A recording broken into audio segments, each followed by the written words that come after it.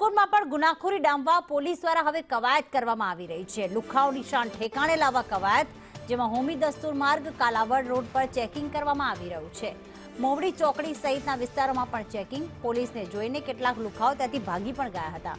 કેટલાય તો ચાની રકાબી પણ મૂકી દીધી હતી અને ભાગી ગયા હતા।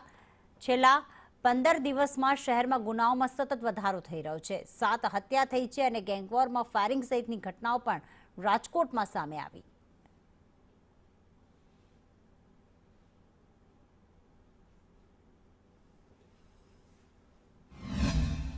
લુખાઓની શાન ઠેકાણે લાવવા રાજકોટ પોલીસ મેદાને ઉતરી તમે દ્રશ્યોમાં જોઈ શકો છો કે ક્રાઇમ બ્રાન્ચ અત્યારે ચેકિંગ માટે પહોંચી છે। ત્યારે જે ચાની હોટલ છે, જે પાનની દુકાનો હોય છે કે જ્યાં લુખાઓ ન્યુસન્સ બેસતા હોય છે, તે ક્રાઇમ બ્રાન્ચને જોઈને અત્યારે ભાગી રહી છે।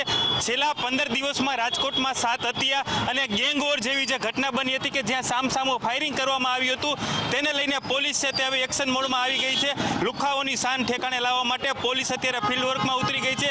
રાત્રિના અલગ અલગ વિસ્તારોમાં ચેકિંગ છે તે કરી રહી। તમે દ્રશ્યોમાં સીધા જ જોઈ શકો છો કે Rajkot crime branch ACP DCP કક્ષાના અધિકારીઓ છે તે અત્યારે ફિલ્ડ ઉપર ઉતરી ચૂક્યા છે અને સાથે સાથે સ્થાનિક પોલીસ છે તે પણ જોડાઈ ચૂકી છે। મારી સાથે ડીસીપી સાહેબ છે। સર, શું કહેશો, અત્યારે ચેકિંગ કરવામાં આવી રહ્યું છે?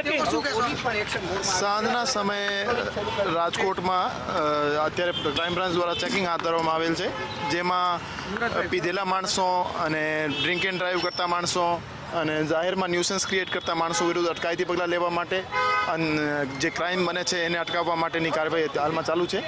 તો મોટાભાગના ચાના ગલ્લા, લારી આ જગ્યાઓ હોય છે જ્યાં લુકા માણસો રાતના બેસતા હોય છે, તો ત્યાં અમે ચેકિંગ હાથ ધરી છે, જેમાં એનડીપીએસની કિટ અમારી પાસે છે અને બ્રેથ એનાલાઇઝર પણ છે। અને આ સિવાય અમારી પાસે તમામ ઇક્વિપમેન્ટ છે જેના મારફતે અમે અસામાજિક પ્રવૃત્તિમાં લિપ્ત થતા માણસો વિરુદ્ધ કાર્યવાહી કરીશું અને હાલમાં આ જ કાર્યવાહી ચાલુ છે। લુખાઓની શાન ઠેકાણે લાવવા માટે રાજકોટ પોલીસ છે તે અત્યારે મેદાને ઉતરી છે। કેમેરામેન માધવ ભટ્ટ સાથે દિવ્યેશ જોશી, સંદેશ ન્યૂઝ, રાજકોટ।